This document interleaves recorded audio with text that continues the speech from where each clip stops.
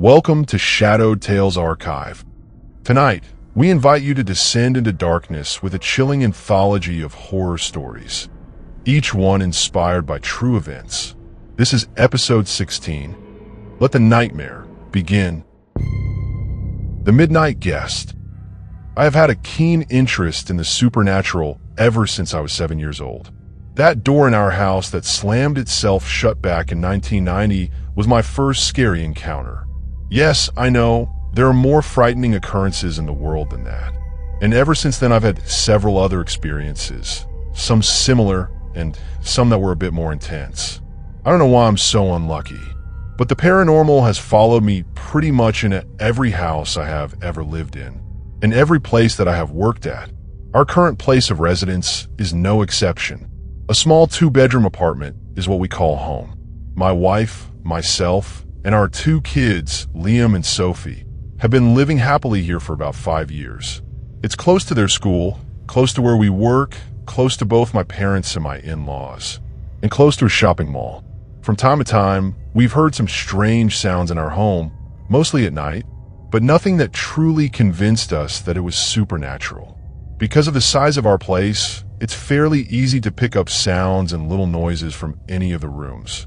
And we would usually think of rational explanations for them. It's probably the wind that blew over that container on the kitchen counter, or the batteries in that toy are old, so that's probably why it started playing by itself. But we never actually got up to investigate. I think deep down, and not wanting to admit to each other, Marissa and I feared that we might walk in on something that we didn't really want to see. Liam never slept right through, and like clockwork, would walk into our room at about 23:30 every night and climb into our bed. If we happened to be awake at that time, Marissa would take him back to his own bed, but often we were fast asleep and would wake up the next morning with him snuggled in between us. One Sunday morning, we woke up with a little guy in our bed, and while drinking coffee, he asked us, "Who visited last night?" "You were with us, dummy. You know that no one visited last night," we laughed. "No," he said. "Last night when I walked into your room, there was a lady in your room, standing there by Daddy's closet." Marissa and I looked at each other, and I knew that she believed him. And she could tell that I did too. When I was 11, my then baby sister told my mom that she saw and had a conversation with an old man who was sitting on her bed. Not certain why she'd have an elderly man as an imaginary friend, my mom decided to take my sister to a child psychologist who, to my mom's horror, told her that kids do not lie about these things and that he truly believed her. My mom never went into my sister's room by herself after that.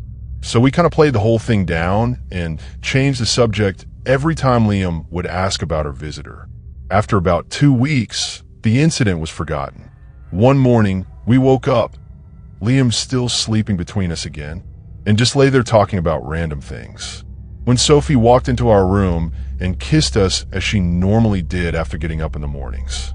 We invited her to lie down with us as it was a Saturday, and we were in no rush to get up and start the day, but she wanted to go watch the kiddies' shows on the television in the lounge.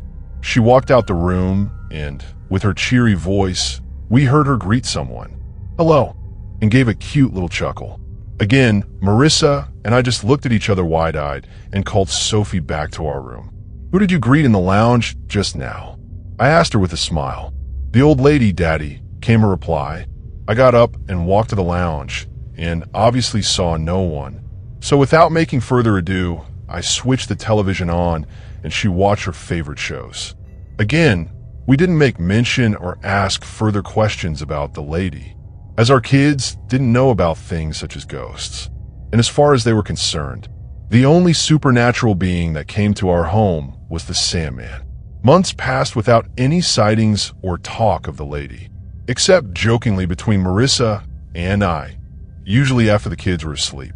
And she had to go make us coffee, which we would drink while watching movies in bed. "Say hi to the old lady for me on your way back," would normally get Marissa running back to the room and earn me a smack from her on my shoulder. Little did I know that the joking was going to catch up to me eventually. Sophie talked in her sleep a lot, and we would sit in bed many nights listening to her mumbling, trying to make out what she was saying and wondering what she was dreaming about. One particular summer's night, I woke up and heard Sophie talking up a storm, but at the same time I could hear what sounded like a soft voice singing. Our bedroom window was open during the hot nights, so I dismissed it as sounds coming from outside and rolled over and fell asleep again. This started happening more frequently though, at least every third night. And every time I got up from my bed and started walking to the kids' room, Sophie would stop talking, and the singing would disappear before I could get through their door. I'd stand there in silence and wait for a sound, but nothing would happen. Again, I thought that it must have been sound from outside, because as I walked out of my room, the singing would stop. It made sense to me. The next couple of days, we had unusually chilly weather, so we closed our bedroom windows at night. And guess what? I did not hear the singing. I was relieved, but it didn't last too long. On one of these cold nights, I was lying in bed awake while the rest of my household was asleep, thinking of everything from work to what we would eat the next evening. Sophie starts mumbling, but after a couple of seconds, it starts to sound like she's having a terrible nightmare. The soft mumbling had become much louder, and I could hear that she's very scared. Just then, the soft singing started too. I got up slowly and quietly made my way out of her bedroom. Each step I took towards the kids' room made my heart beat a little faster, as the singing kept growing louder and louder, clearer and clearer, where in the past it started disappearing as I neared their room. Standing right outside the kids' door, I heard Sophie's mumbling dying down, but the soft singing, clearly a woman's voice, continued. Chills sprinted up and down my spine. My legs started feeling like they do when you run away from someone in a dream.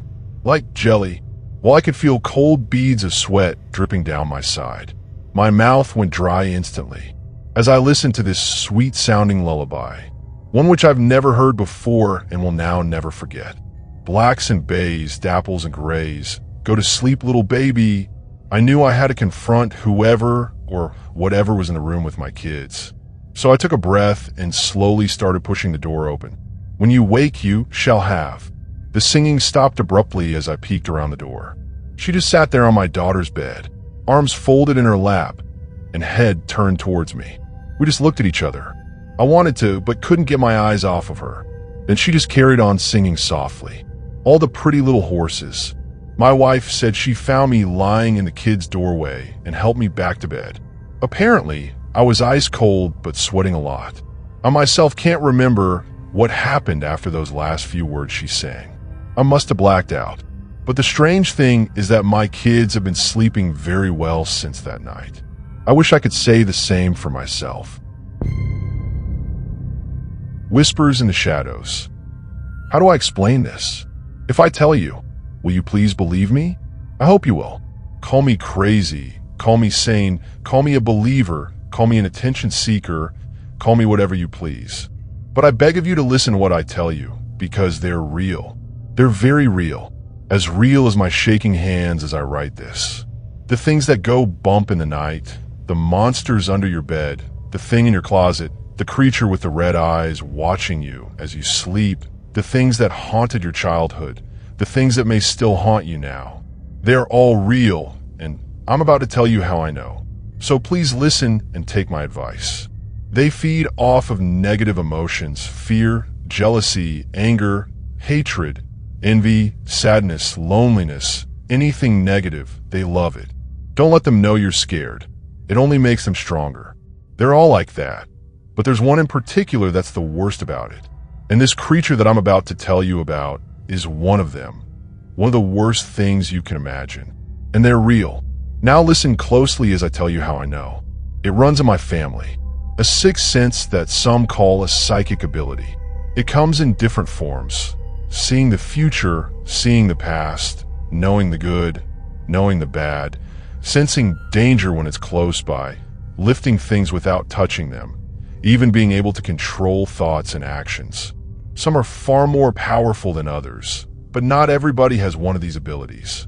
There's one final form it takes, the ability to sense, see, and communicate with the dead. That is what runs in my family. Ever since I was little, I could walk into a house and tell you if someone died there or not. and tell you how they died, who they were when they died, how old they were, what they looked like, if they were good or bad. Anything. Of course, only my mother believed me. She could tell too. My great aunt would have believed me too, if she were still alive. That's how my mother and I knew it ran in the family. My great aunt had it. She would help the police find people and places and things when they had no more leads. She could bring them right to the spot they needed. She could see the past and the future, but only if it was bad. For example, she warned my grandparents not to move into this certain white house they were looking to buy. Well, they bought it, and my mother was attacked by the neighbor. She told them not to buy a certain red car. What did they do? They bought that red car. And what happened? It blew up the moment they stepped out of it. They were all alive, but burned and bloody. Nobody wanted to believe her, just like nobody wanted to believe my mother and I when we knew something was wrong. They called us crazy, but we aren't, and I can prove it. I didn't know I had this ability until I was about 6, when we moved in with my step-grandparents. My mother didn't like the house, neither did I. The room I got used to be my step-uncle's room. It was an old house, and there were 2 old crawl spaces for storage in the room. They were fascinating to me. They were like little caves that I could crawl into and play in. My mother wouldn't let me in them, though. She said it's because there was lead paint in them, and she didn't want me getting some on my hands and accidentally swallowing some. I listened, knowing it was possible because I always had, and still do, bit my fingernails. If I was playing and some got on my hands and I didn't notice and bit my fingernails, my mom said I would have to go to the hospital. So I always listened. I was a good little girl and listened to my mother always. Of course, I know now that the lead paint wasn't what my mother didn't like about the crawl spaces. I never knew that she could feel it too. Feel that strange presence coming from them. The feelings of sadness and fear. It was almost overwhelming, but it was so new that it drew me near them. Anyways, when we moved in, my boxes of old toys were put in the crawl spaces, and I usually just played on the floor. The crawl spaces were never what really scared me in that house. No, what really scared me was the closet. I wouldn't go near it. I wouldn't play with my back turned to it. I wouldn't even sleep facing away from it. I hated it. Even in the daylight, it scared me. Why did it scare me so much? It was because at night, it would slide open by itself, slowly, creaking on its old hinges as it did so.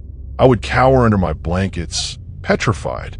I would hear raspy breathing coming from it, like there was some ill, injured person trying to crawl out. Trying to be a brave little girl, I would jump out of bed, dash over to it, and slam it shut. Then I would jump back into my bed and watch the door. Slowly, it would slide open again. I couldn't sleep sometimes for nights on end. Thankfully, we were to be moving out soon. About a week before we moved out, the nighttime activity in my closet got worse. The door would open faster and more violently. It knew I would be leaving soon. The day before we left, I went outside and got a large rock. I painted it with a little pony and a field and flowers and sunshine. It was something that made me, a 6-year-old little girl who loved horses, a little less afraid. I put it in front of my closet door that night, confident that the heavy stone would stop it from opening. I could not have been more wrong. At about 3 a.m. that night, I awoke to the loud sound of stones scraping wood and instinctively looked toward my closet. The large rock that I had put in front of the closet door was doing nothing to stop it from opening. A single bloody hand came around the corner of the door, and I screamed and ran out of the room, down the stairs, and down into the basement and jumped into bed with my mother and stepfather. I told them I'd had a nightmare. They fell back asleep before I did, and the TV switched on and off all night. I didn't sleep. We moved out the next day. I was 8 by the time we moved into the next house. My brother Liam had just been born, my stepfather had just gotten home from his service in Iraq, and my mother was about to live her dream of owning an old colonial house. Considering it was over 200 years old, there was surprisingly little paranormal activity in the house. I liked the house.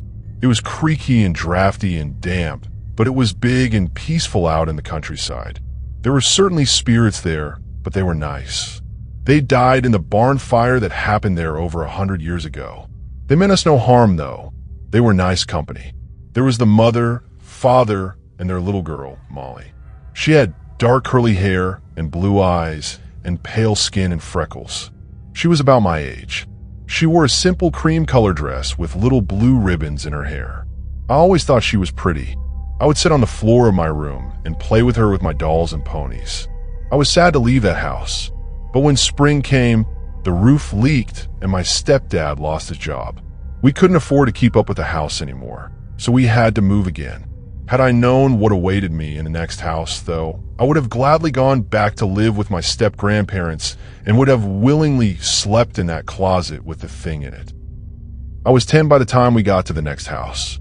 By then I had 2 little brothers, Liam and Noah. The moment I stepped in that house, I wanted to turn and run right back out. You should know that I've always had nightmares. Terrible, awful, vivid dreams. But the first night in that house, they just got so much worse. I would have nightmares of being raped before I even knew what rape was. Twisted images of my brothers being hacked up and my family burning. Thoughts of someone coming into the house and stabbing us all in our sleep. My brothers being only babies, crying that heart-wrenching cry babies have as they suffered. Terrible, awful dreams. I also began to develop severe, irrational anxiety at that age. I still have it now. I have to take pills for it, or I sometimes can't leave the house I currently live in.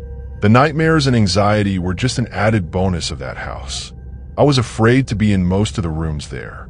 I hated going in the bathroom, dining room, or anywhere in the basement. That left only the kitchen, my parents' room, and my room as safe havens. I would lie in bed and hear footsteps in the hall.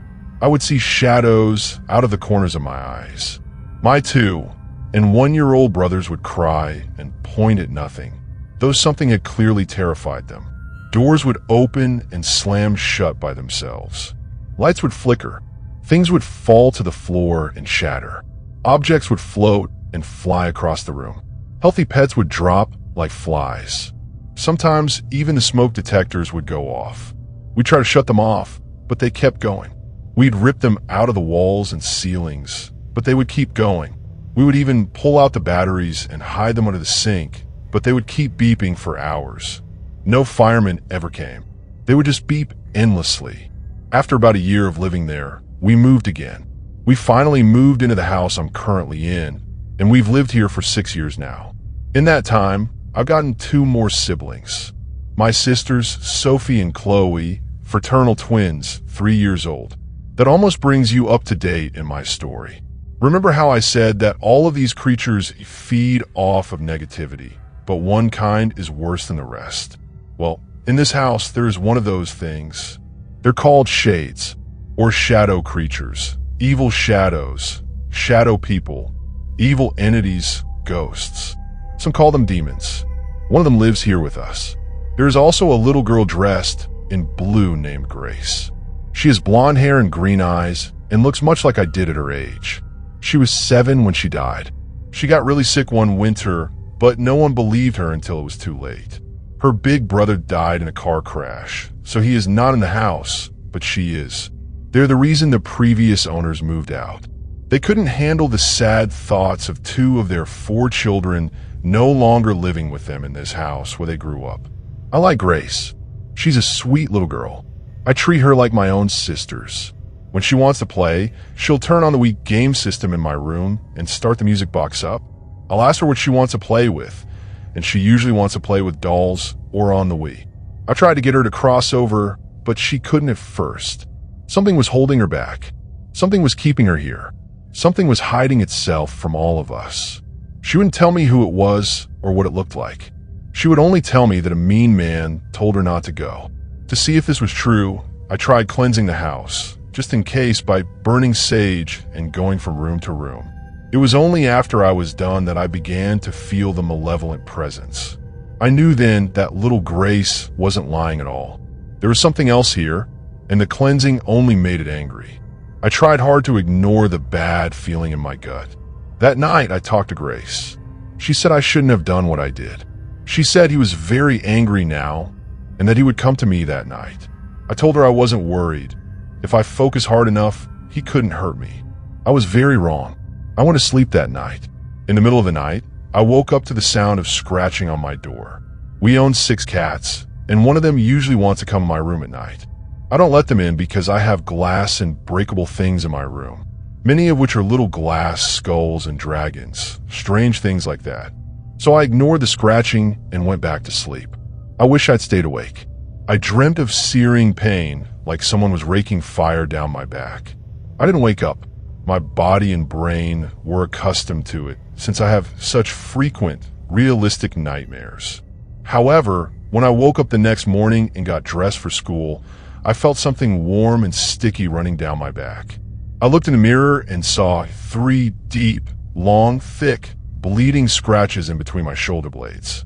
The edges of them were blistered and raised, and the skin was obviously burned. I ran downstairs and told my mom.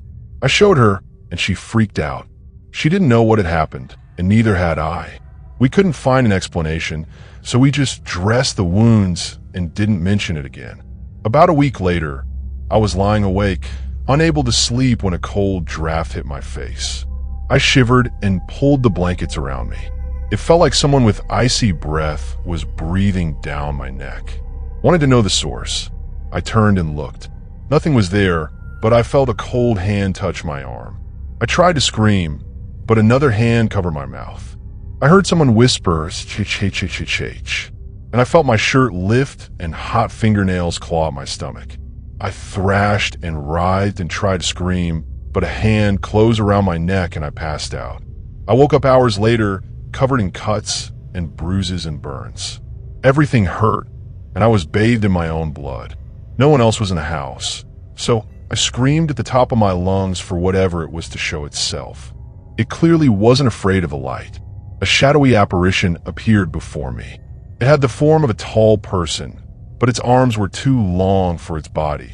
Its legs were skinny and unstable looking. It was tall and thin and lithe. Its image became clearer, and I could see it in detail. Its eyes were bright red. Its flesh was rotting away. The skin that still clung to the bones was gray and discolored. It basically looked like an awkward zombie. It smiled at me, but it had few teeth. The teeth it did have were sharp and bloody. It stepped towards me. It spoke my name. I stood my ground. I knew it fed off of fear. I remained as calm as I could, but on the inside, I was petrified. I asked it what it wanted. It just kept repeating my name over and over and over. It advanced towards me and was in front of me faster than I could blink. It touched my face, the only part of me that it left uncut. I couldn't handle it anymore. I screamed and bolted out of my room. My friend lives across the street. I ran to her house as fast as I could. Since she was a believer in ghosts, I knew she would listen. I pounded on her door, crying hysterically until she opened up the door. I pushed inside the house and clung to her for dear life, sobbing heavily. She hushed me the best she could and asked me what was wrong when my tears finally slowed. I explained to her what happened, and she told me not to go into the house. I waited with her at her house until my mom got home. When she did get home, I ran to her before she could go in the house. I told her not to. I told her it was a bad idea to go anywhere near it. She saw what I looked like, saw my bandages and tear-stained face, and knew that I couldn't be faking. She could tell I was truly scared. I then told her what happened. I knew she believed me from the look of fear in her eyes. When everyone else got home, we waited outside. Most of the family didn't believe my mother and me, but we wouldn't let them inside. My stepfather used his cell phone to search for and contact a psychic medium to come and cleanse the house for us, to get rid of the evil. When she was on the phone, I told her in vivid detail what had happened since I first burned the sage in the house. She said she could be over in 2 days. For those 2 days and nights, I stayed with my friend. My brothers stayed with theirs, and my mom and stepfather stayed with my grandparents and brought Sophie and Chloe with them. Those 2 nights were long and filled with fear. I was covered with burns and cuts that I feared would leave huge, ugly scars all over my body. When the medium arrived at noon 2 days later, she did a tour of the perimeter of the house, blessing it as she went so nothing evil could escape. I then again told her my experiences and showed her the cuts and bruises and burns on my body. Her face showed no fear, but her eyes showed pure and utter terror. She made the whole family wait outside as she entered the house. But of course, I had to come with her. She said that since I was the one it was attacking, I had to be there for the process. She walked from room to room with her eyes half closed, touching everything, taking many minutes in each room. When she climbed the stairs and put her hand on the door to my bedroom, she winced back, almost as if in pain. She slowly opened that door. She froze. For a moment, she couldn't even enter my room. She said she could see it staring at me. Of course, she didn't have to tell me. I could see it too. It sat on my bed, smiling at me. Before she entered the room, she pulled a small leather pouch out of her pocket, which she had earlier said contained salt, a small rosary, sage leaves, and tiny pieces of silver. Those items were said to have special powers, she had told me earlier. She opened the pouch and pulled out the rosary and began to pray. The creature on my bed just laughed. It laughed with a deep, maniacal, loud, blurred voice. It was the most terrible sound I've ever heard. She prayed louder and took out a pinch of salt. She walked towards the creature and threw it at it. The salt made contact, and the flesh on that thing began to hiss like it was burning. It let out a small yell. She threw more salt and pressed the juice out of a sage leaf, rubbed it on a piece of silver, and put salt on it, and threw that at the beast as well. It let out a terrible screech of agony, and it began to smoke. She grabbed the rosary again and began praying once more. Furious, it leapt towards her and did its best to scare her away. It wouldn't touch her since she had the rosary in her hand. It instead turned its attention to me. It lunged at me and wrapped its large hand around my throat. It laughed and laughed. It laughed demonically. It laughed like a madman. All it did was laugh. The medium pressed the rosary crucifix to the back of its head, and it released me, screaming like a wild animal in agony. Screams so savage, I'll never forget that shrill screech of sheer pain. The medium pressed the rosary crucifix to its forehead, screaming out words of prayer, banishing it, sending it back to hell, commanding it to leave forever. With one final roar, the thing began to fade until it was gone completely. I could immediately feel peace settle over the house. Something I hadn't felt in weeks since I first awakened the foul thing from hell. We looked at each other and breathed an immense sigh of relief. We exited the house, and my family was allowed back in. We gave her money and thanked her profusely. She said if it ever returned, to give her a call immediately. And that brings you up to date with my story. That was about a year ago. Please heed my advice. If something is there, don't let it know you're scared. It'll only make it stronger. Act as soon as you know it's there, and you'll be fine. Don't try to handle it on your own. Thank you for listening. I just hope it never returns. I doubt that it ever will because... Hang on. I just heard scratching on my door. It's late at night. I'll bet one of the cats wants in. The Farmhouse Silence. Growing up in small town in the middle of Kansas in the 1970s meant that not only was there not much to do as a slightly mischievous teenager, but if you did want to do something, anything, you had to come up with it yourself. This usually meant anything from the fairly innocuous, like cramming as many friends as I could fit into my trunk to sneak them into the drive-in, to the slightly more unlawful, like trying to break into the Five and Dime in the dead of night. Relax, we didn't actually succeed on that one. One of my buddies, Caleb, had slightly macabre tastes. He managed to get a hold of an anatomy class skeleton that he liked to pose around his house, and his dream was to one day get a real casket to put the skeleton in. That's the kind of guy Caleb was. Whenever we left it up to Caleb to decide where the night would take us, it was usually in that macabre vein. He liked to explore old cemeteries, abandoned hospitals, things of that nature. On one particular Saturday night, he said we should explore an old abandoned farmhouse he had spotted along the side of Country Road. I didn't hear any better ideas, so Caleb, Jake, Mitch, and I all piled into my Rambler and headed out. Caleb only vaguely remembered where the place was. It took us an eternity of winding down, pitch-black country roads before Caleb finally excitedly exclaimed, "That's it!" The place was creepy looking. The house itself was fairly typical of the area.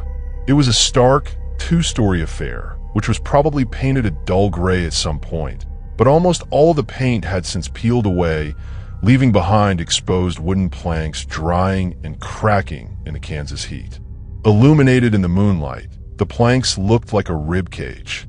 Most of the house's windows had long since been broken. Only a couple of windows on the second story remained intact. No one had bothered boarding up the broken windows, suggesting no one had looked after this property for a long time. A porch circled the house, but the porch was sagging and leaning with age. As I pulled my car into the driveway in front of the house, my headlights shot into the house through the broken front windows. When I cut the car off, it suddenly hit me just how dark it was out here in the middle of nowhere. We waited in the car for a few moments as our eyes adjusted to the dark. Once we stepped out of the car, we started taking inventory of our surroundings. The moonlight only gave us the slightest of clues about what lay on the property. About 50 yards behind the house stood a large garage of some sort. There was a third building beyond that may have been a small barn. On our left was an expansive field. What probably used to be a field of wheat or corn was now an overgrown mess of weeds and sunflowers, most of which was well over 6 feet tall. I suddenly became unnerved looking at the field, gently swaying in the evening summer breeze. Anything could be out there in that field, I thought to myself as a soft shiver went up my spine. The moment of creepiness was broken up by my buddies piling out of the car. We all stood there for a moment, soaking it all in. The only noise was the non-stop thrum of the locusts in the trees. It was Caleb who eventually broke the silence. I've driven by this place a dozen times and never seen anyone anywhere near it. It's definitely abandoned. It didn't really need to be said.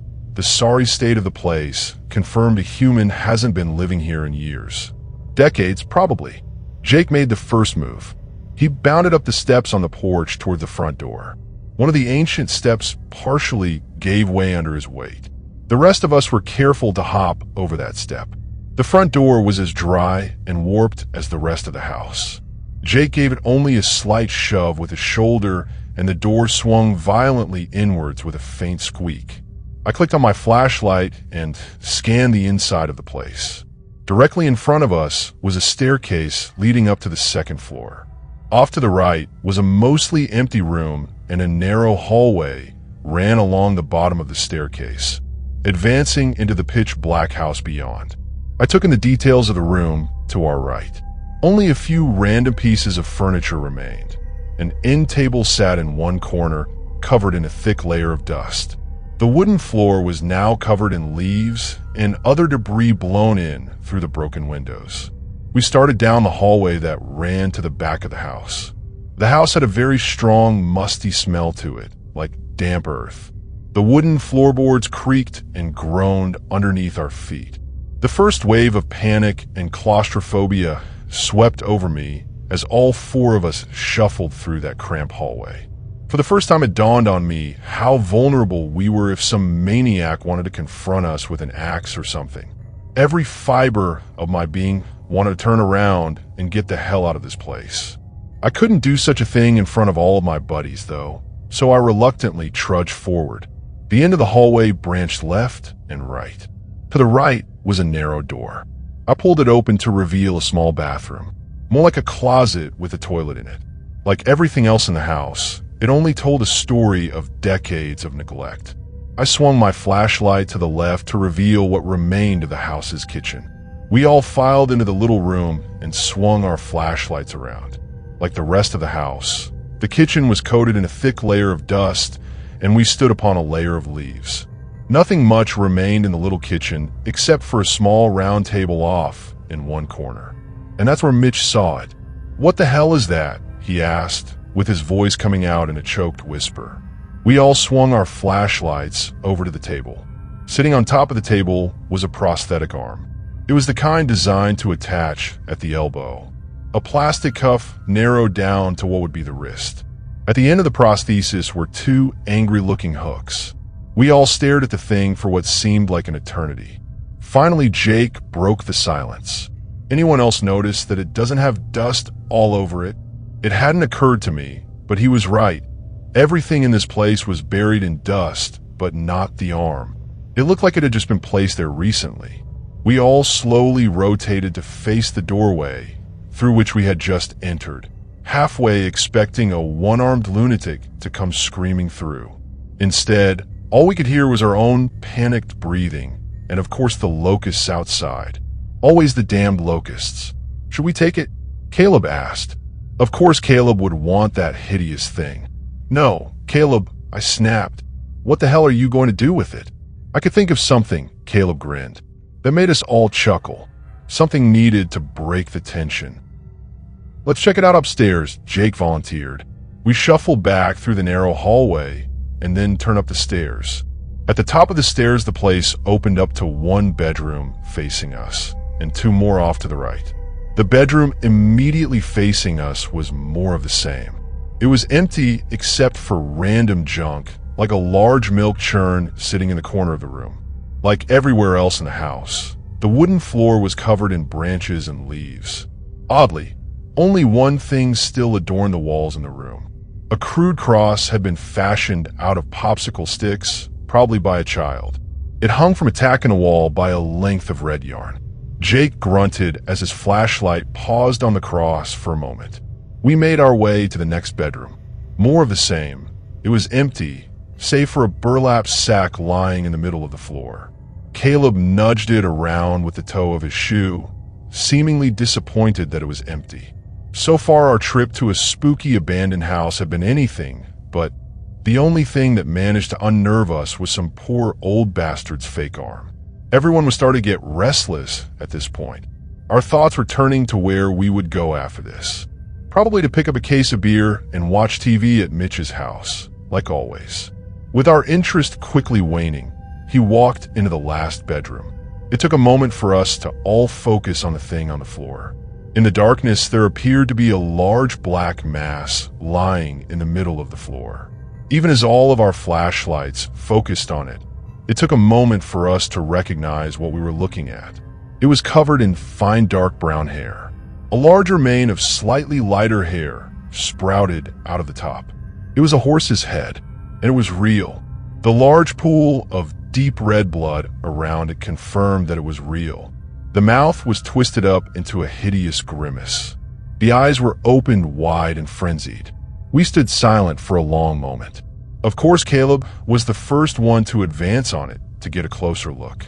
Guys, this is fresh. Look, the blood hasn't even dried. It doesn't smell yet, either, Jake stammered. It hasn't been here long. We all slowly turned toward the doorway. Again, we were expecting something come thundering up the stairs. We had seen too many movies. I finally broke the silence. So, maybe we should get out of here before whoever left that wants to bring in something else. The other guys half laughed and half grunted in agreement. We took one long last look at the horse's head and then made our way down the stairs. At the bottom of the stairs, we tried to theorize what exactly we had found. Maybe a farmer slaughtered his horse? Mitch offered. Sure, but why drag the head into the house? I countered. And why choose an abandoned house in the middle of nowhere? Jake said, there ain't no working farm around here. Caleb's voice came from behind us, barely above a whisper. Guys! We all turned to face him. Caleb's face had lost all color. Guys, the arm is gone. What? I said.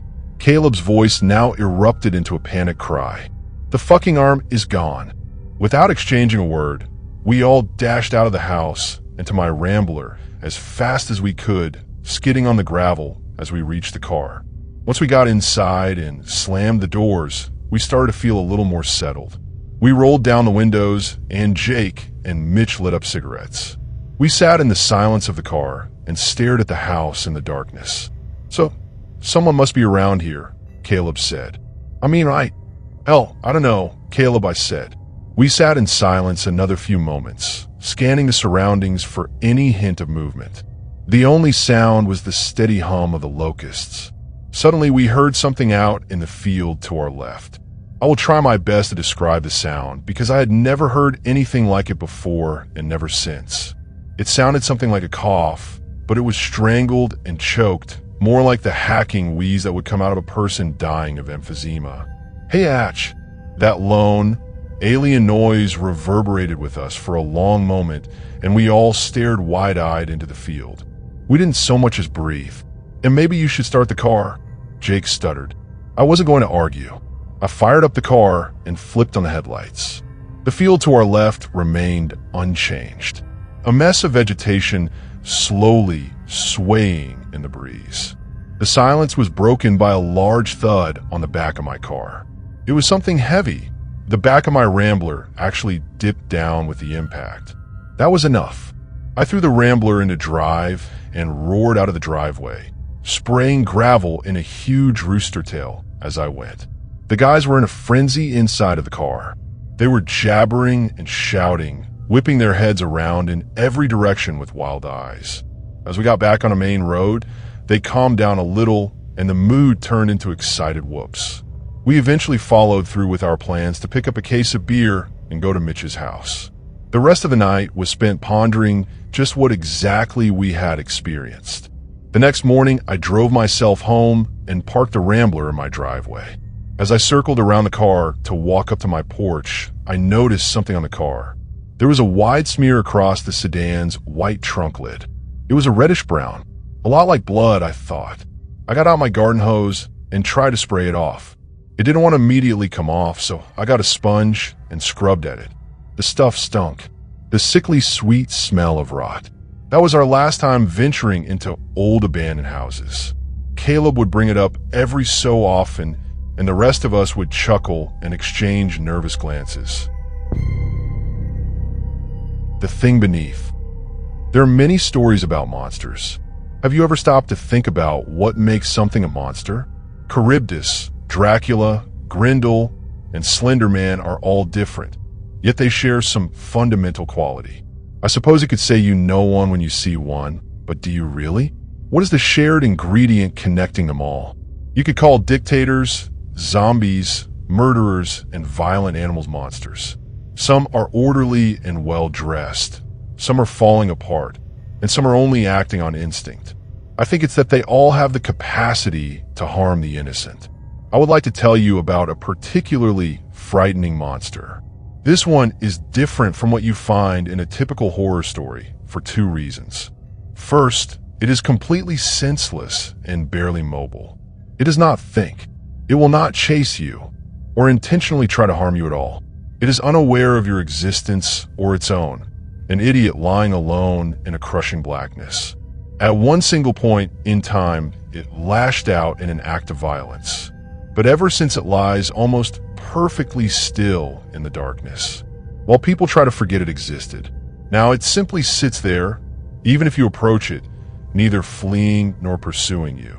It will not try to psychologically manipulate you, trick you, eat you, or anything we often associate with monsters. It is more dangerous than that. If you get too close to it, it will destroy you. You won't even notice it is happening until it is too late.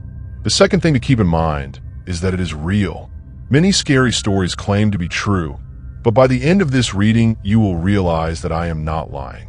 The monster is out there in the world, right now, as you read this. You probably don't believe me yet, but allow me the opportunity to convince you. Before we begin, some background. Years ago, mankind created it with the idea that they would keep it contained and use it as a source of energy. Thanks to carelessness and poor training, however, the experts lost control of it. And in return, it caused a massive explosion before escaping into the basement where it waits to this day. I can tell you how to find it yourself, but please don't actually try it. To begin with, it is highly illegal. It was originally created by humans. The powers that be will not appreciate you looking for it. Anyone going on this journey will almost certainly be caught and arrested. They will be the lucky ones, facing only a fine and a stint in prison. These laws are in place for your own protection. Those who make it through will face almost certain death, as the monster shreds their body to pieces before they've even realized it. How much are you willing to risk assuaging your curiosity? There are two options for getting close. I recommend a more difficult route, as your chances of success are higher. You must travel to a remote village and take a lonely hike through the wilderness and into the desolation. I suggest stocking up on backpacking and camping supplies and enough food to survive a couple of days outside. You'll also need a flashlight because there is no lighting in its lair. If you don't want to hike, you could book a tour. Of course, profiteers sell tours of the area surrounding it.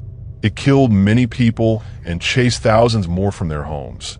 And now there are tours. People can be hard to understand sometimes. On the other hand, how different is that from your own curiosity? At any rate, I don't recommend the tour. They won't take you close enough to see it for yourself. And if you try to sneak away from the group, the authorities will be alerted to your disappearance and you will be caught. Stick to the lonely hike. When you arrive at the starting point, you will find yourself in a small city of about 10,000 people near a river. They call it a city, but it's more like a modest town. This is the last populated outpost before you journey north into the realm of the beast. There are a few tiny villages ahead, but they are extremely small and remote. There are no more major roads. So I think your best chance is to get to this city and proceed on foot. Nearly everyone who used to live further north fled in terror, abandoning their homes and possessions in the process.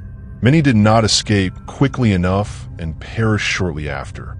From a city, you need to head northeast. There is a dirt road that will take you through a few villages, and at this point in the trip, you still aren't technically trespassing. That being said, you will look out of place and arouse suspicion. You could alternatively try following the riverbank, taking cover in the shallow part, or head straight north and then east across fields. The lack of humans has allowed the animal population to flourish. Be careful of wolves. I'll let you figure out which way makes the most sense to you. But as long as you travel in that general direction, you will eventually reach a barbed wire fence and several warning signs marking the outer perimeter. This is the threshold. Now the fun begins. You will need to sneak across the barbed wire. From here on, you will be arrested on sight.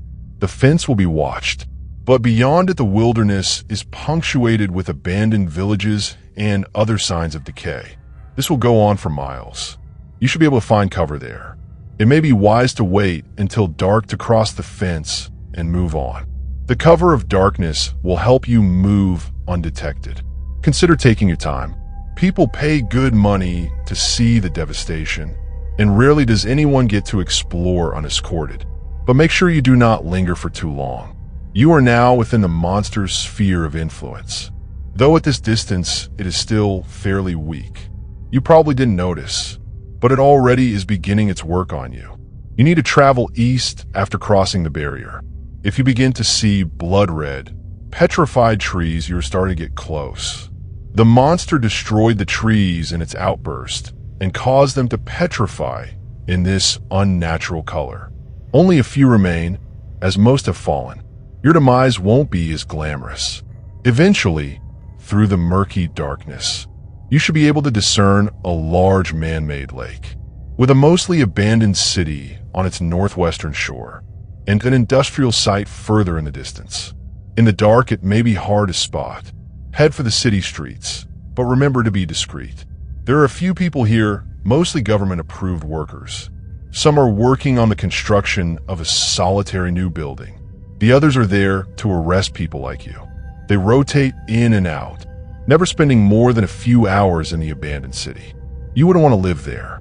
If you take the time to poke around, you'll find the abandoned buildings full of relics from the past. While the workers still spend limited periods of time here, a lot of the city is frozen in a bygone era, with possessions dropped where they were when the masses fled. But this isn't why you came this far, is it? It's time to get serious. Further north and east, on the horizon it sits, a silhouette on the black horizon, is the partially built confinement building. The arches are intended to keep the monster within. Humanity's first attempt at such confinement was an abysmal failure. The second attempt was a decade behind schedule at this writing, and the construction is being threatened by recent armed conflict that has erupted nearby. If you're still serious, you'll need to ignore all of this. You wanted to see it. Your objective lies within the half-built structure. I suspect some readers have already figured out where it is by now. They are not likely to be comforted, as it has become apparent that I am telling the truth. I implore you to turn back now. It only gets worse. Instead, you may be thinking that you must get inside the dome without being spotted. I have no advice here, but the authorities don't monitor it constantly, so it may be possible to pull this off. The dome is designed to keep the monster inside, and is not intended for easy entry and exit. You'll have to survey the situation for yourself. If you somehow manage to get in, you will see before you the original confinement structure, cheerfully referred to as the sarcophagus.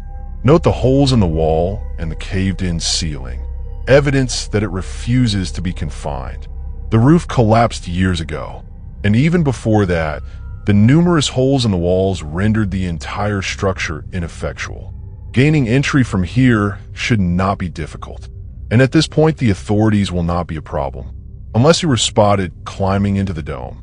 Rarely do people get this close. The monster's effect on you is growing now.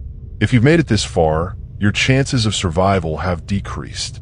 It's already destroying you, perhaps descending directly from the tall smokestack of the sarcophagus is the best way to get your bearings. The wreckage inside is immense and will make maneuvering difficult. The fallen metal beams are all around, with narrow and unstable walkways in between. Further collapses of the inner structure are possible, so proceed with extreme caution. You need to proceed to the center of the structure and then descend. There is a large pit several meters away from the base of the smokestack. The monster lies directly under it, but I recommend not crawling straight down through the pit. Instead, try to get at it from the side. Find a collapsed bit of floor to crawl into the dark basement. There may even be an access shaft or stairs available. Beyond that, the beast is waiting for you. You're very close now. I hope you brought a flashlight because it is the only way to see. The electricity doesn't work. Take a look around at the halls and the inside of the moldering basement tunnel. Have you kept your orientation? With the smokestack behind you and the pit in front of and above you, proceed down the hall. You'll arrive at a corner. Pause here and take a breath. The monster lies in just around the corner. Take another breath. You are about to see something many people aren't even aware exists. Are you sure you are ready to proceed? Then continue on. You'll see another hallway with the same dingy walls, and no sign of a monster. The only thing out of the ordinary will be a rounded lump that appears to be partially liquefied rock, oozing from the back wall. It will seem almost alien. Go ahead and get close, reach down and touch it. It should feel warm. You found it. At this point, you should ask yourself, what madness drove you to travel here? The monster is most commonly known as the elephant's foot. Sometimes it is called Medusa. Looking at it means almost certain death. It barely moves. It won't pursue you or try to psychologically manipulate you, but tearing through the fabric of the universe itself, is destroying the cells of your body from within, is considered by many to be the most dangerous object in the world. If you turn and run immediately, if you find a hospital, you may survive, but at this point it is unlikely.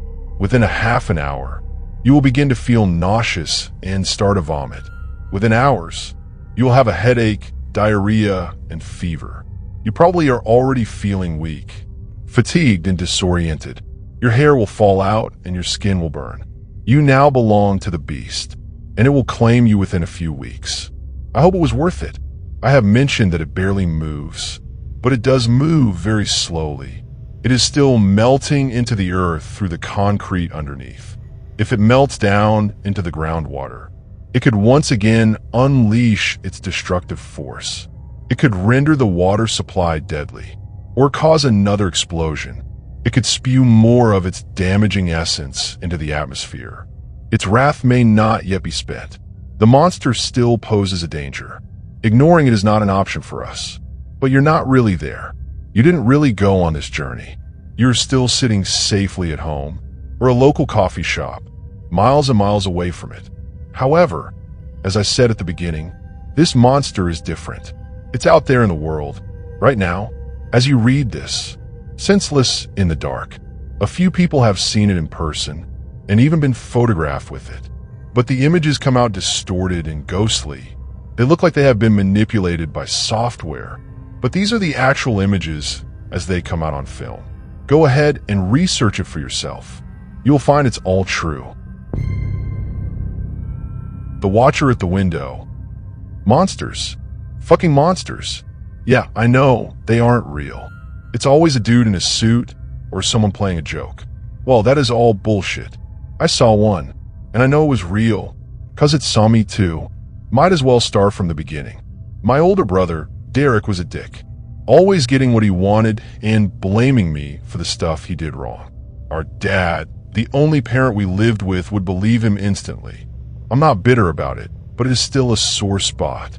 I was rather skilled with technology and computers. Derek was more inclined to manual labor and punching people, though we look almost alike enough to be twins. He is a year older. Dad would spend a lot of time out, hitting on women and drinking. Every night he was out, Derek would go to his friend's house a mile or two away from our place. Since we lived in a small town, just out of range for most cell phones, and a good hour from any police station or civilization, other than the post office/general store. We were one of 5 houses in a 4-mile radius down in a valley. If you can't tell, this is going to be something no one can corroborate. Anyway, one of those nights when Dad was drinking and Derek was off doing something with his friends, I was sleeping on the couch in the living room. I had a hard time sleeping in my room in the basement when home alone. Just some personal issues with small spaces and no windows. This night helped get me over that. The TV was going, something stupid on Adult Swim playing, and I woke up to a weird sound from the door. Derek would get drunk or high and wander home around 3 to 4 a.m. most times he went out. But it was only midnight when I looked over at the clock, thinking he had a fight with his friends or something. I hopped up from the couch and tugged my pants into place since they were a little too big for me. So I walked, no shirt or socks or anything, to the door and looked through the peephole. Nothing out there. With a shrug, I thought it was a dog and walked back to the couch. The moment I sat down, looking at the TV a moment, something caught my eye. Outside the window was a rather small shadow, probably the dog that had been pawing at my door. I gave a sigh, thinking about how that mutt could take a crap on the porch, and I'd have to clean it. I walked back to the door, glancing at the window the moment my fingers touched the knob. Every cell in my body locked up, freezing me in place. My skin started shivering. Goosebumps formed on every inch of me as I tried in vain to move my body on while alone. I could not process this thing for a full minute. Long, thin, and slinky. It was not a fucking dog. Scales instead of fur covered it, black with some gray ones here and there. Its tail made up so much of its body that it looked as if it had begun right behind the only 2 limbs it had. Hands, not paws, were at the ends of its arms. But the arms, those fucking arms were wrong in so many ways. They had what looked like 3 elbows. The arms curved in a few different ways, making it look broken and bent. I could only see those hands because they pressed to the glass of the window, along with its face. Yes, a face. Human almost. But the thing had no lips, just a slit across the spot above its jaw. The eyes were solid black, and the nose was just a bump with one hole toward the bottom. It looked like someone had taken a blank doll and carved a face into it. It was just as still as I was, looking right at me while I held the doorknob. I thought it was some kind of joke, some kind of trick of the light, but the longer I stared at it, the less I could deny it was alive. I could see the fog forming from its nose, the way its body inflated ever so slightly with each breath. My eyes drifted over it, looking at each feature in horror and memorizing it, burning that fucking thing into me. Black nails, chipped and broken, as if it had been using them to crawl around on. The slightest gap between the top and bottom of that slit across its face. Then I looked at its eyes, those horrid black beads, perfectly round and sticking barely off of its face. I could not tell if it were moving them at all. Then it did the creepiest thing it could have. It smiled. The pale, smooth cheeks creased, as its mouth arched and gave me a hint of the teeth behind it. Not full rows of razors like I had somehow expected, but broken human teeth. My lungs were not working now. Time slowed around me, as my brain got flooded with energy, both begging me to decide on fight or flight. I hardened my gaze, eyebrows furrowed in anger at this fucking thing, and it just kept smiling. I let the knob go, and slowly gained the ability to stand right. As soon as I squared my shoulders with that monster, the smile slowly faded from its face, passing all the way to a deep frown. It tapped the window one time with a broken black nail. A shudder ran through me before I could stop it. The beast gave another tap with its finger, as that thick black snake tail coiled around itself. I didn't move this time. Instead, I tried to think. Dad's gun would be in the closet, but the shells were in his dresser. I would have to get to them both in seconds if I moved. The thing could come through that window easily. I knew it from the loud sounds of just one finger tapping. Like it could see the wheels in my head turning. It spread those long fingers, raking the black nails inward. Trails of scratches formed with a high-pitched sound, till it made a fist against the glass. Shit, I mirrored its actions. Not sure why, but it seemed to confuse the thing. It spread its hand open again, turning it side to side. I copied that too. It raised its hand up. Mine followed. Then it touched its face. I cupped my cheek the same way. Then it twisted its arm into an O shape. Double shit. When I could not copy that movement, it went back to smiling at me, now curling and uncurling its arm, as if it were mocking me for my lack of joints. This fucking thing. Not only had it caused a fear in me I had never known, but now it was teasing me. This fucking monster freak was acting like it was better than me, without meaning to or any form of planning. I looked it right in the eye and said, "At least I have legs." It stopped moving its arms and looked right in my eyes. Face gone into a blank slate again. Then in the worst, deepest, and most evil voice I could ever imagine, it spoke. "And I have you." Diving backward into Dad's room, I slammed the door shut and ran for the gun. The closet door slid hard to the side, slamming loudly, while blood rushed through my body. My fingers gripped the barrel, and I all but leaped to the dresser, fishing into it with one hand and pulling 3 shells out. I turned to the door, stuffing them into the 12 gauge, and pointing right at the center of the door. It took me maybe a minute in total once I was in the door, but I was ready. I was going to blow that thing to pieces. I stayed there, holding the gun and waiting for 5 minutes. No broken glass sounds, nothing but silence. Then I whipped around, checking both windows. Nothing again. For hours I stood there, ready to unload all 3 shells into anything that moved. For hours I waited to see those twisted hands reaching for me. Then the front door opened. I turned around, still pointing at the door, when I heard Derek call out, "Hey, you up?" I shakily opened the door, still holding the gun. Nothing in the window, and my older brother popping open a can of soda. He was not drunk or high tonight, just kind of sleepy looking when he said, "Why do you have that?" I explained what I saw. I explained what happened, and I begged him to believe me. He said I was just fucking with him and went to bed, me begging him to stay up with me till morning. No dice. So I sat on the couch, shotgun in hand, looking at that same window till Dad got home the next day. He didn't believe me either. I slept in my room. No windows and only one door all day, and the next night I stayed down there. I couldn't go into that living room again for weeks. Derek actually stayed with me all night one night, showing me there wasn't a damn thing to be afraid of. I don't know what people have told you, or even what you believe, but there are things out there. There are things that want you hurt. There are things that can and will toy with you just for the fun of it. My advice, get a gun and a bunker, because that is as close to safe as I feel most nights.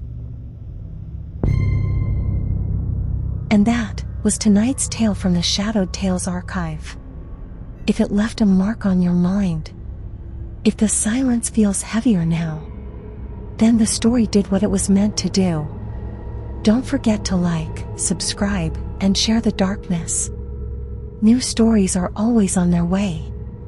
Until then, keep the lights low and the doors locked.